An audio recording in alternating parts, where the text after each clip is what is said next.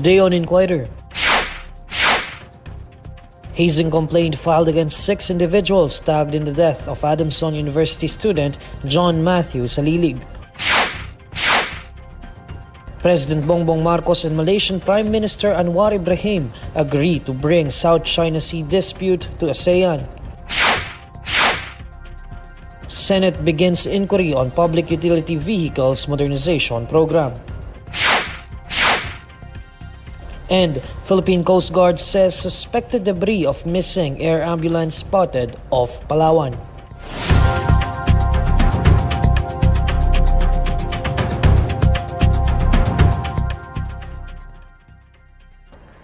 Good evening.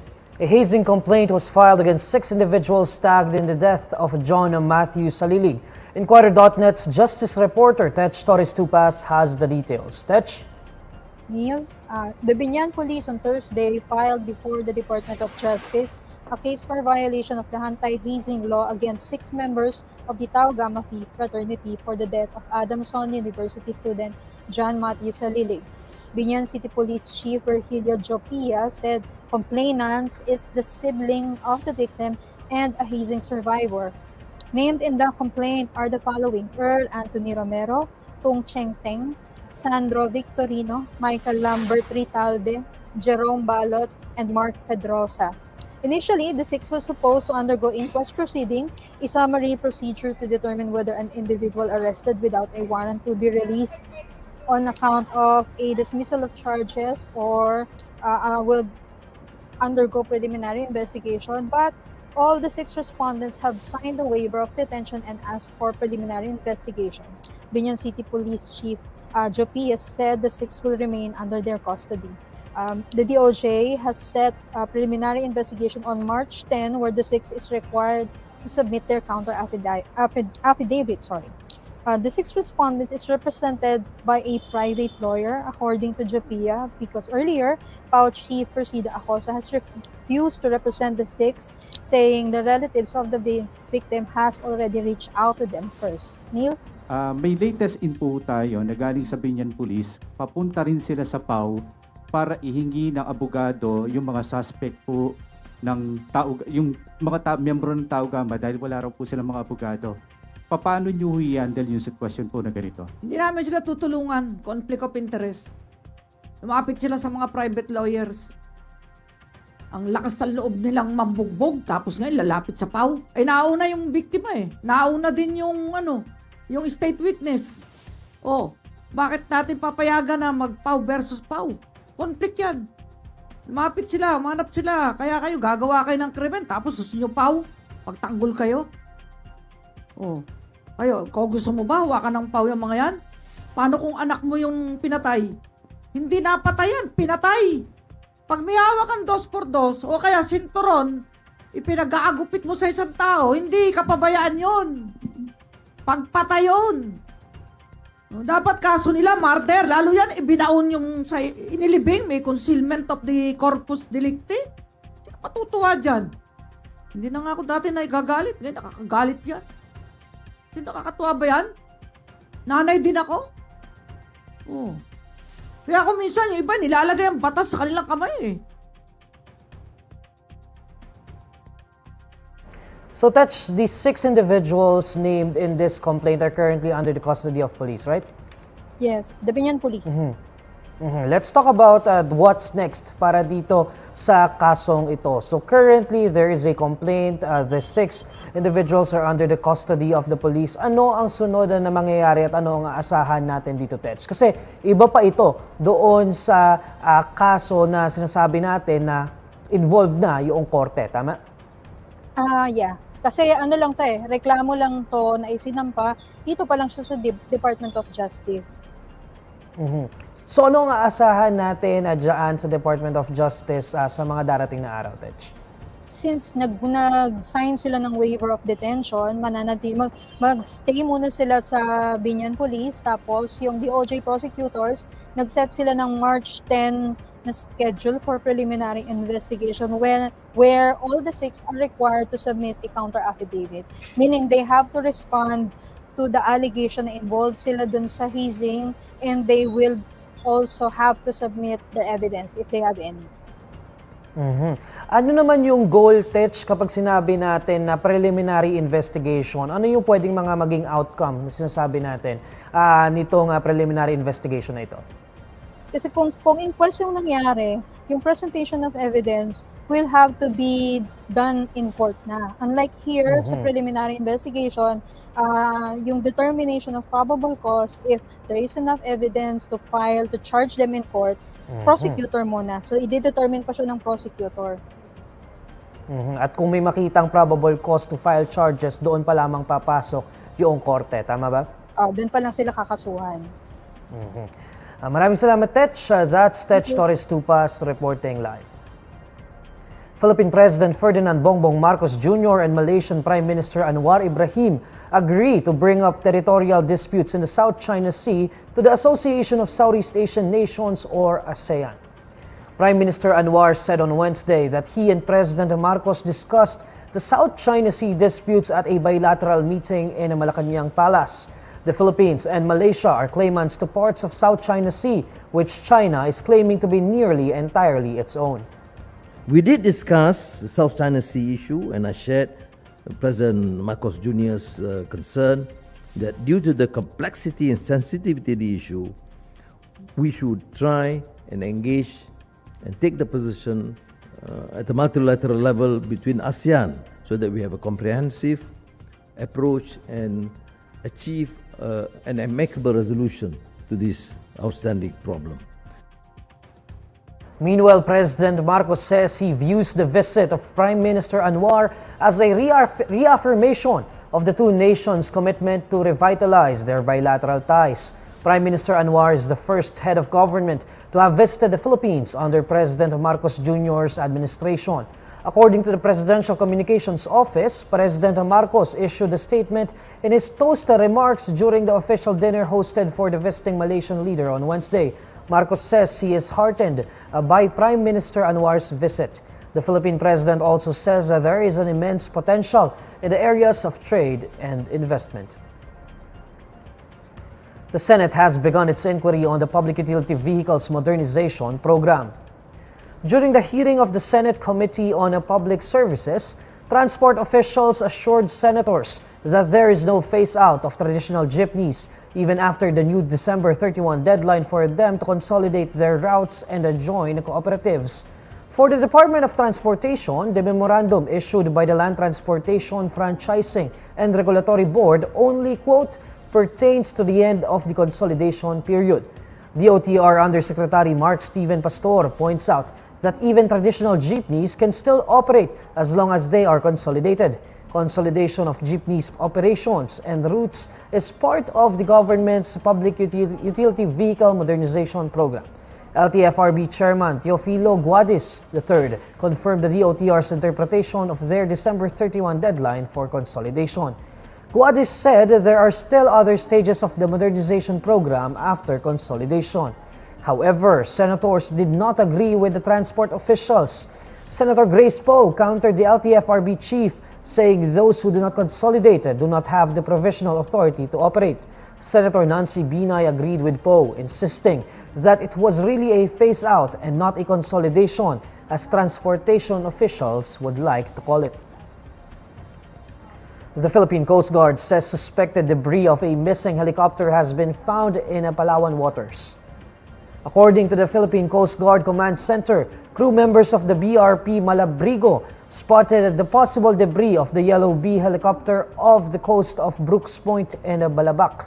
The Philippine Air Force also extended assistance in the ongoing search and rescue operation. The Civil Aviation Authority of the Philippines says 5 passengers on board the air ambulance remain missing. According to CAAP, the medical helicopter departed from Mangsi Island, located in the far southwest portion of the municipality of Balabac, for a medical airlift mission. Next on Inquirer Today, Senator Risa Hontiveros says suspects behind Adamson student's death should be meted full force of anti-hazing law. Deletion of all economic provisions in 1987 Constitution sought. And Manila International Airport Authority orders enforcement of no-pocket policy for airport personnel in NAIA amid theft cases. This is Inquirer Today. We'll be back shortly.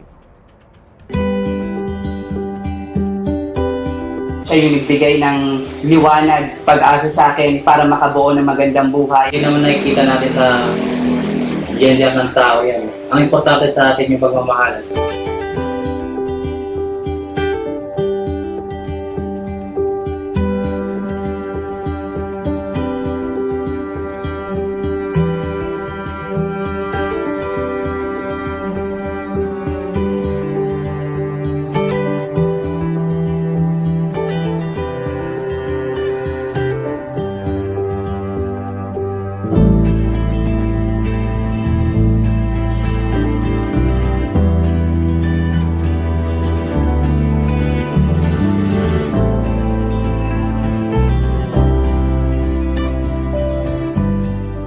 Ako nga pala si Ariel P. Castronuevo, aka Mayora Jewel Dumanico, at isa po akong parte ng LGBT.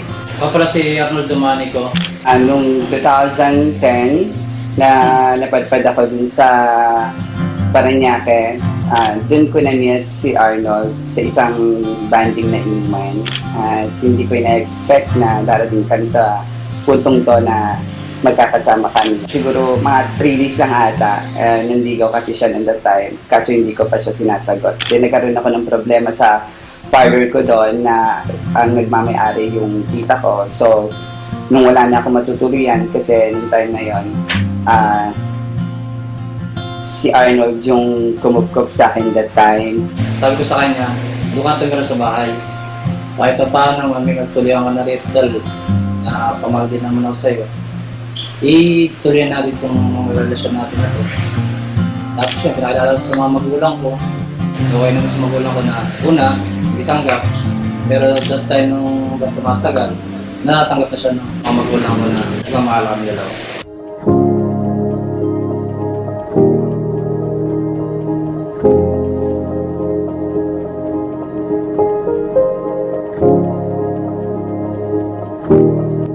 Nung third year high school ako, ang hirap talaga mag-come out that time.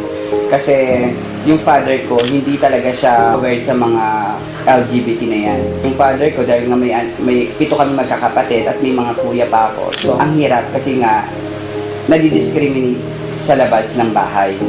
Madali naman matanggap. Kaso nga lang, syempre yung pagiging lalaki ng tatay ko, parang medyo na-disappoint siya na parang nasasaktan siya kapag inaasar akong bakla. Pero dahil nga sa naramdaman ko yun na na-hurt ako kasi parang hindi ako tanggap before.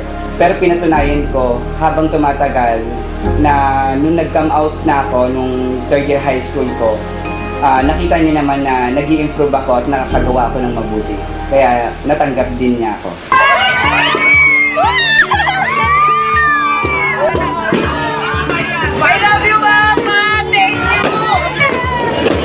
Nag-propose ako sa kanya.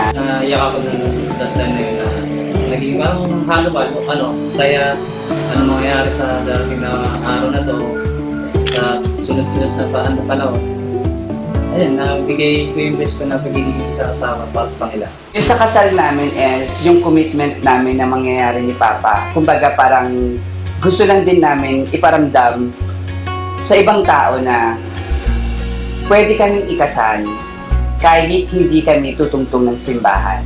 Kasi naniniwala naman ako, kami ni Papa, na sa mata ng maraming tao na kahit hindi ganun kaligal yung kasal namin, at least maramdaman namin na yun yung parang bubuo sa pamilya na meron kami. Sa mga bad comments na narinig ko, pinapakita ko lang sa kanila na kaya namin ni Papa. At gusto kong isa ako sa maging inspirasyon ng mga LGBT. Kaya namin ipakita sa buong mundo na yung love is very unconditional.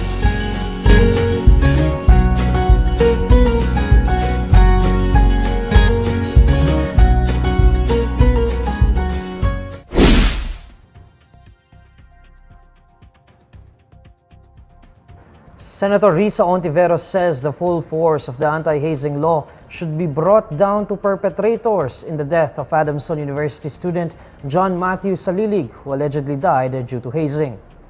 The remains of Salilig were found in a vacant lot in Cavite on Tuesday, more than a week after he was reported missing. Hontiveros says that while fraternities and sororities are not illegal, activities involving violence such as hazing should never be tolerated. The opposition senator says the anti-hazing law and other regulations should be proactively implemented to avoid a repeat of what happened to Salilig. Of course, all laws, any laws are open for future evaluation and amendment.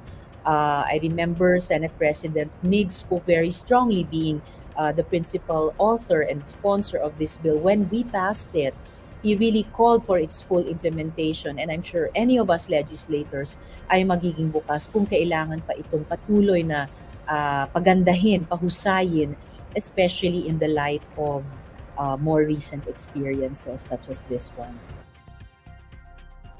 Watch the full inside look interview with Senator Hontiveros on INQUIRER.net social media channels. The Joint Foreign Chambers of the Philippines is pushing to scrap all economic provisions in the 1987 Constitution. Talks on proposed charter change recently erupted in both chambers of Congress as several lawmakers raised the need to relax economic restrictions in the Constitution. During Thursday's Senate Committee on Constitutional Amendments and Revision of Codes public hearing in Davao City, the representative of the Joint Foreign Chambers of the Philippines, Julian Payne, calls for the deletion of all economic provisions in the Charter. Payne points out that the coalition is rooted on the belief that minimizing restrictions would help increase foreign direct investments. He further argues that removing economic restrictions from the Constitution will allow Congress to aptly and immediately adapt to changes in internal and external contexts. And there's two different issues. One is the degree of restrictions, which can vary depending on what your vital issues are. And the second is the ability to respond and adjust.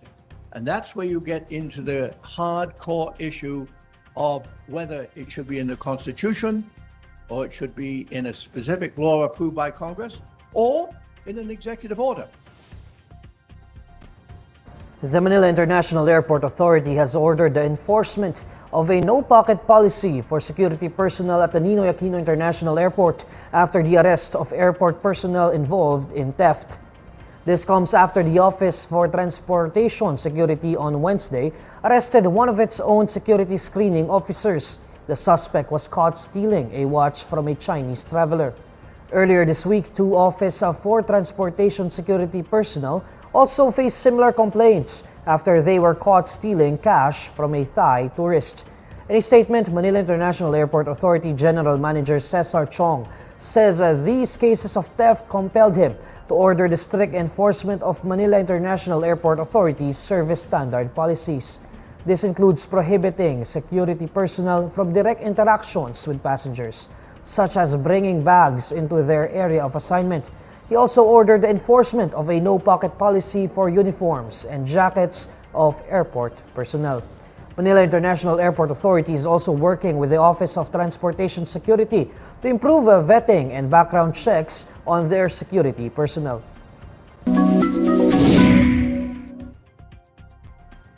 Alamin naman natin ang mainit na balita sa mundo ng showbiz kasama si Pauline Del Rosario ng Bandera. Pauline? Hi Neil at sa ating mga kabandera all over the universe. Heto na nga ang latest chika. Gustong makilala ni Aljur Abrenica ang rumored boyfriend ng dating misis na si Kylie Padilla. Sa isang ambush interview, inamin ni Aljur na kahit hiwalay na silang dalawa, nag-aalala pa rin siya para kay Kylie, lalo na't hindi pa niya nakikilala ang jowa umano ng aktres. Ayon pa sa aktor, kung mabibigyan siya ng pagkakataon, gusto niya talagang makausap ito ng personal para maging panatag ang kanyang kalooban. Ibinunyag din ni Aljur na maayos na ang co-parenting arrangement nila ng dating asawa. Madalas daw silang nag-uusap ngayon ni Kylie para pag-usapan ang pagpapalaki sa kanilang dalawang anak. Taong 2021, nakumpirma na hiwalay na sina Kylie at Aljur matapos ang 2 taong kasal. Sa ngayon, napapabalitang isang tattoo artist ang bagong jowa ni Kylie Habang noong Valentine's Day naman, naglantad sina Aljor at AJ Raval tungkol sa tunay nilang relasyon. At yan ang bandera chika natin for today. Thank you, Neil! Salamat, Pauline. And these are the stories you need to know today. I'm Neil Mercado. Catch Inquirer today live weekdays at 6 p.m. Follow INQUIRER.net on Facebook, Twitter, YouTube, TikTok, Instagram, and Reddit. For more stories, visit INQUIRER.net. Good evening.